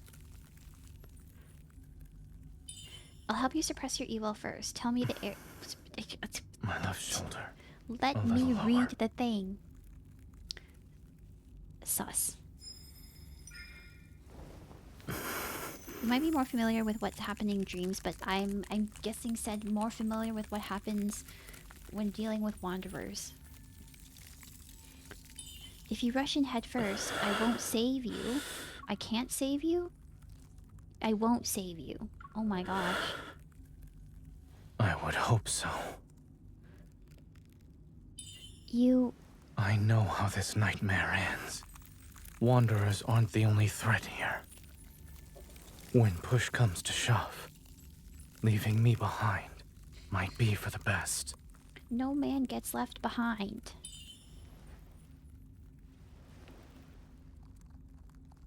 Hold his hand? Oh, I'm supposed to, like, hold. Like, literally, legitimately hold it. That doesn't look very good. That looks like it's rotting. What else do you need me to do here? Oh god. What else do you need me to do aside from leaving you here? There we go. If I do something that ends up hurting you, don't go easy on me. Okay.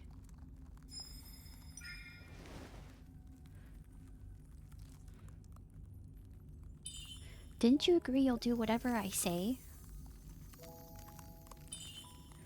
Well, here's my first order. You're not allowed to talk like that anymore.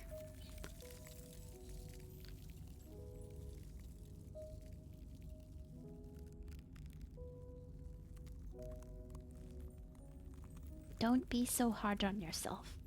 You might be slightly socially awkward, but I'll still save you.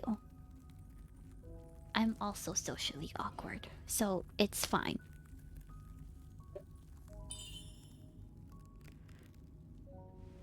Wait, this is... What is this? Oh, oh no. Zayne, be careful. Well, What happened? What is happening? That's a good question. Did I use too much of my energy trying to save him? Is that what's happening?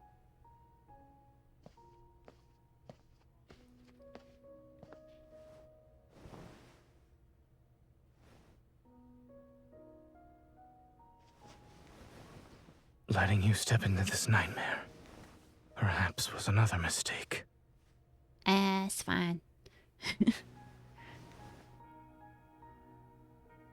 But at least I have one last choice. What are you gonna do? That sounds suspicious. What are you gonna do? What are you doing? My brother, what are you doing?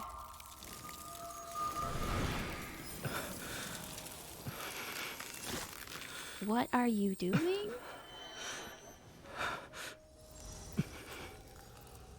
Are you like internalizing like all that work I did to save you, and now you're like undoing it? I know it's trying to save me, but like, man. As I gather my thoughts, the wary face before me momentarily merges with the blurry image of Zayne in my fragmented memories, but they immediately separate. Wait, when was I pulled into the proto field? I was attacked by that wanderer and lost consciousness. The wound should be on my body, but it's gone. I give Zayne an inquisitive look. I want an answer, but he averts his gaze instead. Zayne, what did you do while I was while I was unconscious? Is that it? That's where they end that chapter?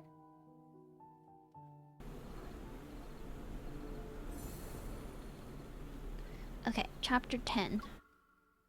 This is like a very long, like, mini chapter volume thing. Zayne, what did you do while I was unconscious? Is this why you're losing control of your evil? Is he using it to, like, cure all his patients? His silence confirms my suspicions. I lower my head and my hands that rest on his tighten. Before the worry and guilt in my heart coalesce into coherent words, they disappear because of Zayne's presence. He lowers his head, and his chin rests on the top of my head. You're my hunter escort, correct? Protecting you was protecting myself.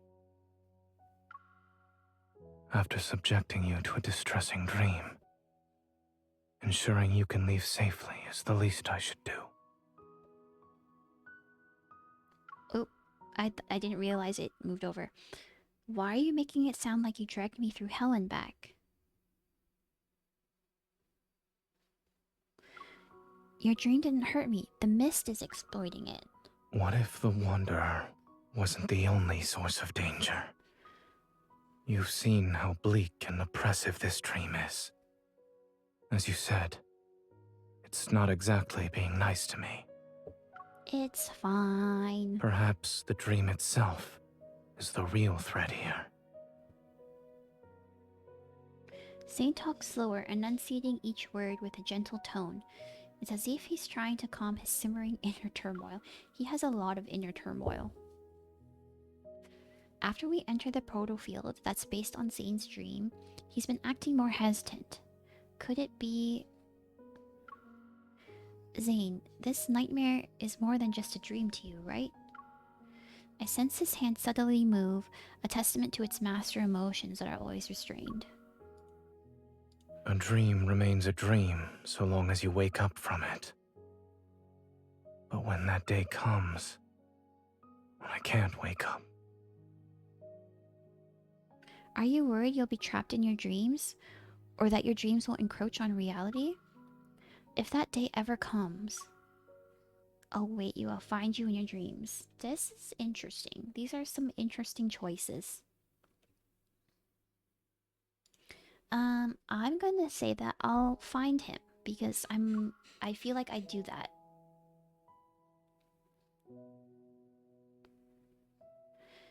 Okay. Even if the world falls into chaos and everything turns upside down, I'll never forget who I am, and I won't forget who you are. By then, I'll find you in your dreams, the real you. The resonance's light quietly flows from my fingers as I make a not-so-solemn promise in a calm voice.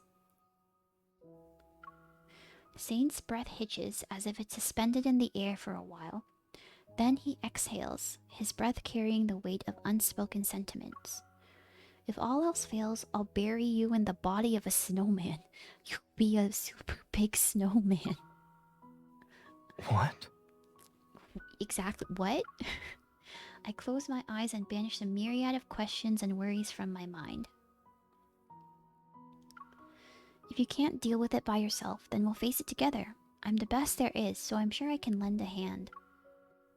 I see your problem-solving skills are more on the straightforward, brutal side. Should we consider this a side effect of you becoming stronger? It's called having the freedom that comes with power. I guess? Purify? How are we purifying? Are we... Oh, we have to hold it. All the black ice has disappeared. How are you feeling? Does it still hurt? I look up and meet Zayne's gaze. It seems he's been observing me for a while. It doesn't hurt anymore. It better not. This has been a long chapter of me trying to get you to not hurt anymore. Don't Just as I'm about to tell Zayne not to lie again, he turns over my hand. A sliver of glimmering icy light appears in my palm. He takes back his hand and 2 chubby little ice seals tumble into my hand. Oh, I love the little ice seals. You get 2. As an escort, you are very professional while on the job. This is your reward, since I have nothing else to give you. What do you mean, sir? You are so rich. But I guess the ice seals will suffice for now. Do you trust me now? From where I am, light and shadows dance upon his features. They accentuate the mirth in his eyes. You keep telling me not to push myself, but you also need to stop disregarding your safety. He nods. I clench my hand and reach out to help him. To him. I help him stand on his feet as I get up. You said this dream has 2 layers. Are we in the outer one because we broke the inner layer? Zayne doesn't refute my statement. He turns around and walks ahead to open the door. We step out to be greeted by the night breeze. We retrace our steps through the corridor and return to the hospital garden, which feels familiar yet strange.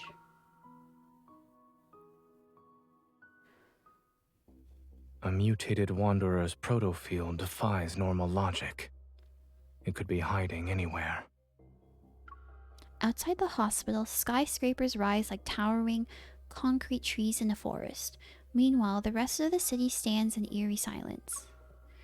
I can use my eval to return the protofield to its original state. Negative consequences born from mistakes don't need to be fixed. The sky swiftly darkens as if time itself has been accelerated. We have no choice but to destroy this place. Wait, you're evil. We'll do it together. Pew. The sound effect was unnecessary.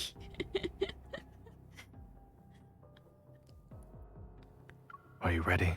Yes. Oh, I thought we were gonna like fight together. Black snowflakes drift from our interlocked fingers. The night wind momentarily suspends before swirling into a frenzy flurry once more.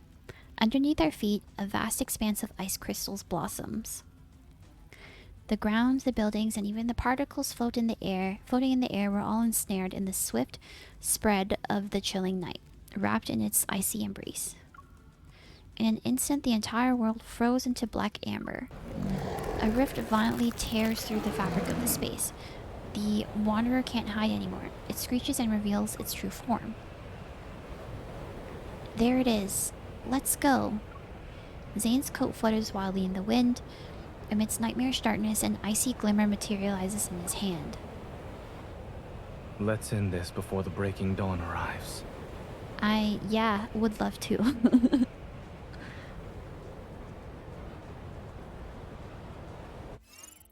Okay, we can fight. This is great.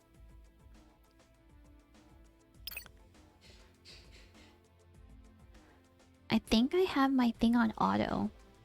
So it's just gonna to do it automatically. I think.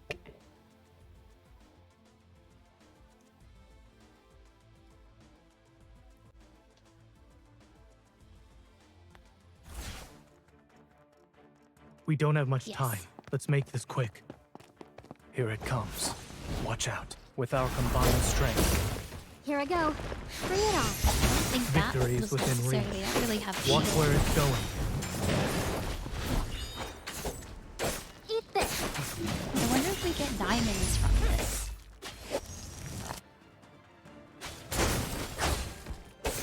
It is falling Sorry if apart. it's a little bit buggy and delayed. Struggling is futile. Like laggy. With our combined strength. Here I go. My phone Keep your struggles distance, with or else you'll get hurt.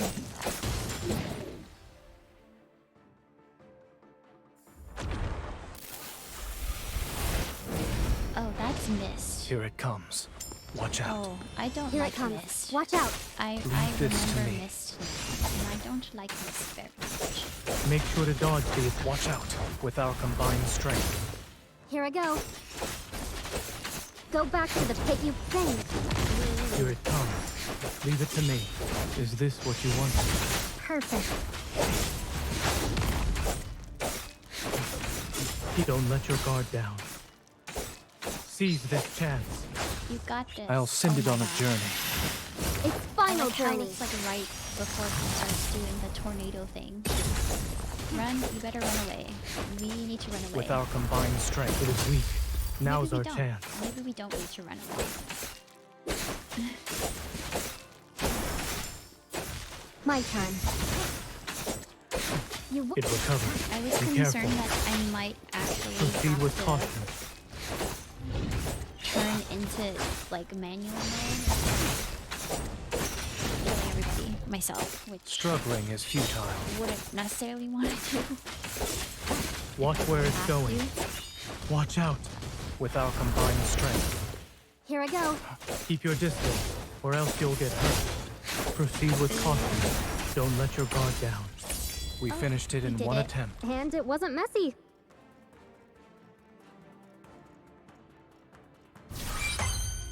Do we get diamonds? We get 20. This is great. I don't want to try again.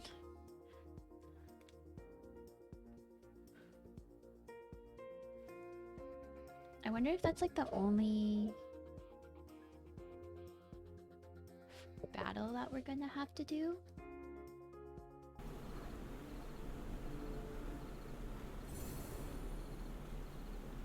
Oh, no, we have more story.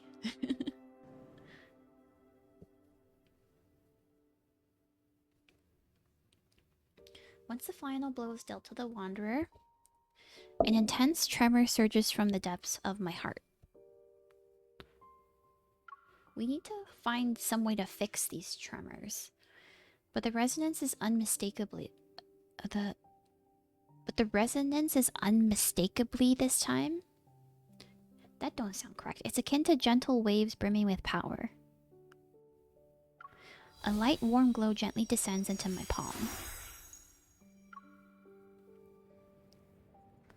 Is this Chansha Hospital? The breaking dawn's light streams in through the window. In the silent corridor, the air carries a faint scent of disinfectant. Have we returned? Zayne. I'm here. As my hand is tenderly squeezed, I turn my head. Zayne is next to me. Wait, I need to double check. Are we still in the proto field or are we in reality? Turn around first.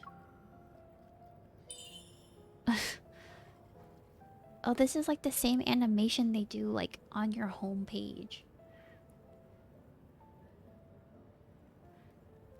And turn back now. And like you touch their butt and then they get surprised. But I haven't really been able to do that since like I think I did it one time before. Not the touching the butt, but like making them turn around. Don't get things wrong. Don't get things twisted. Though his expression has a bit of helplessness, Zayne still complies. Are you double checking or making me play a game of turnaround? I'm confirming that Dr. Zayne is the person with me right now. A burst of laughter erupts from deep within me, but in the very next second I collapse onto the ground. His arms immediately extend to Are save you me. alright? I'm fine. I reach out, but stop once I realize I'm holding something. I open my hand and see a protocore fragment. It emits a faint green glow. A fragment of the ether core. At least her effort wasn't for nothing. You're back. Dr. Zayne.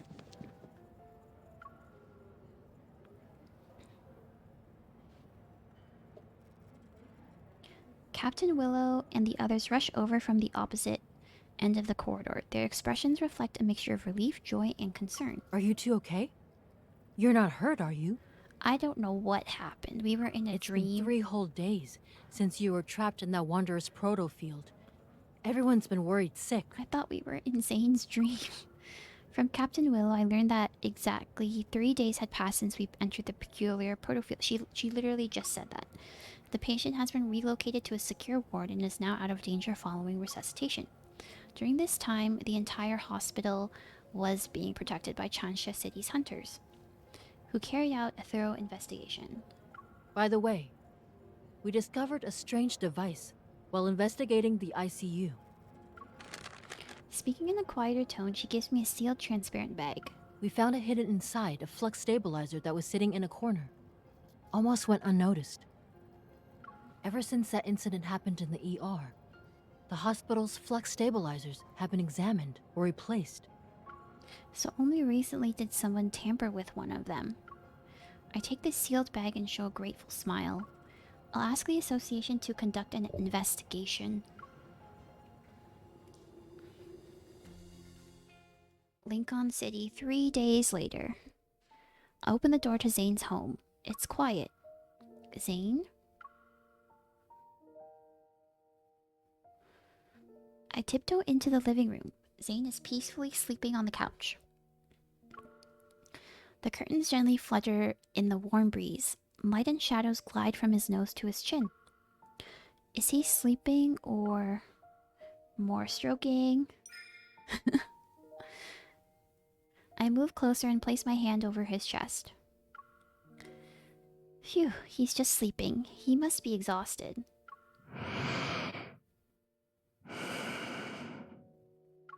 Approaching Zayne, I kneel down to be at eye level with him. I carefully cover him with a blanket that was draped on the couch. The tension on Zayne's furrowed brow dissipates. His breath is steady and his expression is serene and relaxed. I look at his face, the thoughts in my mind racing as I reflect on the whirlwind of events that have unfolded recently. You can finally rest. My watch vibrates. I leave the living room and answer Simone's call. The preliminary analysis results are out for the thing you brought back. Tell me. It has an intricate structure. Took me a while to disassemble it. I found a radio frequency chip that resonates with metaflux fluctuations.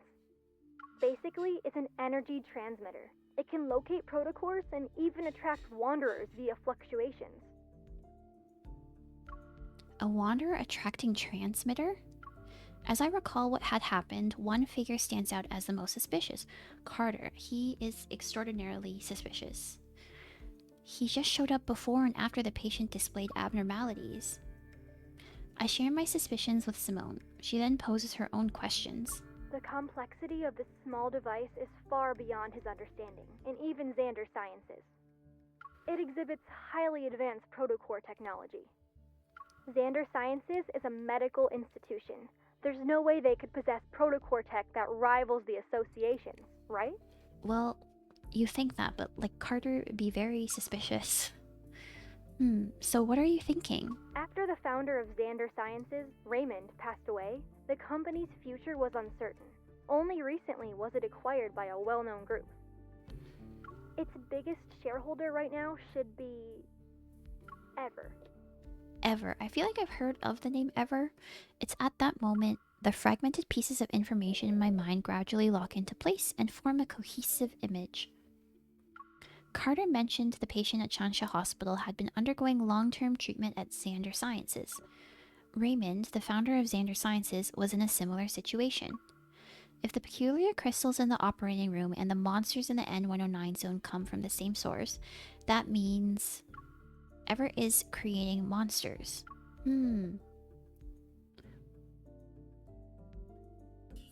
Once again, Zayne finds himself chasing after that familiar figure. Under radiant sunlight, cicadas chirp in the background while the pristine azure sky stretches as far as the eye can see. The sun sits on the edge of the city's high-rise buildings. The girl turns to him. She smiles. At least he caught up to her. Finally. He holds out his hand to the girl and she firmly grasps it. Oh no, are we back in this nightmare? Yet the two find themselves tumbling back into the seemingly endless, empty corridor.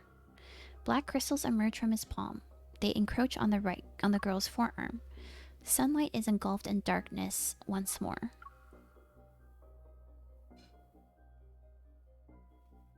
What is going on? Okay, I think we finished that chapter, and it's like right at the 2-hour mark too, so But I think we have to do all of the like the two other like Raphael's branch and Xavier's branch before continuing. Oh, we can continue with the story from there. So I think, okay, what I might do, because that took like quite some time, I'll think about doing the next, like the two branches on my own, just because it took a while and there wasn't too much going on with it. And then we can move on to the main story. I'll try and like summarize exactly what happened, and if there was like, one of the branches that was particularly interesting, we can do it on stream. But otherwise I feel like these branches took a really long time, and I don't know that we really like got much out of it, to be very honest. Ooh, I can do my nightly login.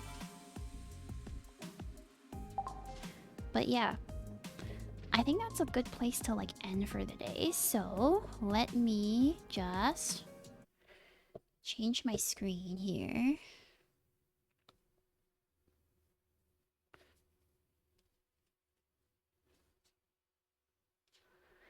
Okay. Alright, so that was like a little bit of a comfy cozy stream for today. Just finishing up some of the story because like I'm not really probably going to be doing much of the main story outside of stream. But I do want to say thank you guys for coming and joining me today. Just for a little bit of comfiness. And should there be like any new event things happening, I'll try and like stream that as well. Thanks for the stream. Thank you for joining, Zayne. And tomorrow, no stream, obviously. But hopefully I'll get my storage, like my new storage unit for my computer on Monday. And then I can decide what we're playing. But I'm planning for a Wednesday stream and then a Saturday stream. I'm also planning that one of those streams is going to be the new Assassin's Creed. Well, like not the new one, but the next Assassin's Creed game, Revelations. I just heard that it's a little bit wonky, so I just have to kind of confirm what's happening in terms of like, do I need to get a controller emulator for it and everything? But one of these days, probably the Saturday one, will be Assassin's Creed Revelations. And for Wednesday, I am hoping that it'll be a new game that I can like download onto the new storage device. But we will see. I'll hopefully have my schedule posted on my Twitter on Monday, if not Tuesday at the latest. But anyways, that's the plan for next week. But I will end my stream here. And I guess I will see you guys on Wednesday. I hope you have a great rest of your weekend. See you next time for assassinating. See you next time for sure for assassinating. But yeah, I hope you guys have a wonderful weekend. Again, happy holidays. We still are in holiday mood until after the new year. Happy New Year kind of day. So hope you guys have a wonderful time, and I will see you guys next time. Bye bye.